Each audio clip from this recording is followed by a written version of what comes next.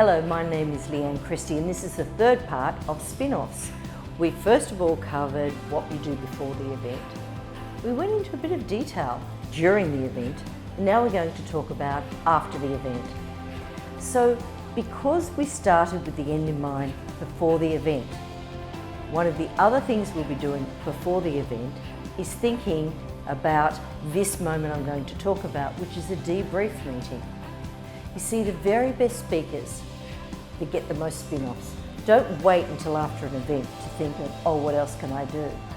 When you're on the briefing call, you already have an intention of doing a debrief with the client, and the time for that can be made before the event. You might ask a question like, so when do you think you'll have all your appraisals back?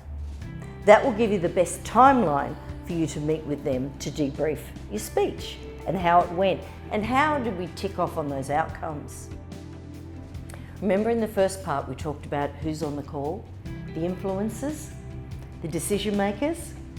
When you're doing your briefing call and you're talking about at the end, you're booking your debriefing call, you may have in mind who you want to have on that debriefing call and make sure your best fans, best influencers are there. The best way to get them there is to get them there to talk about the outcomes.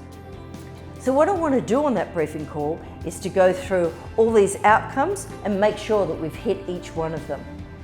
This way you're going to find the ones that are the biggest stakeholders, they're going to want to be there to keep you accountable. And you want them there because you know they're the ones that are going to drive more business. So let's keep the intention clear.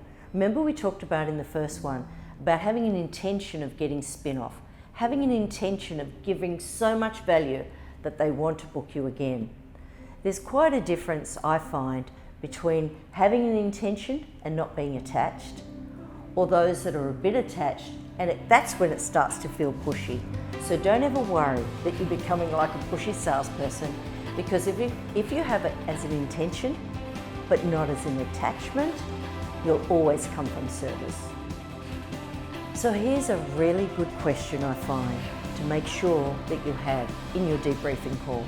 Remember we talked about at the briefing call, we agreed that we were going to get together to talk about the outcomes. Okay, so you'll be going through those different outcomes and making sure you nailed each one.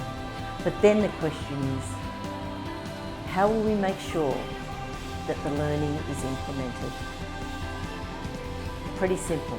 How will we make sure the learning is implemented?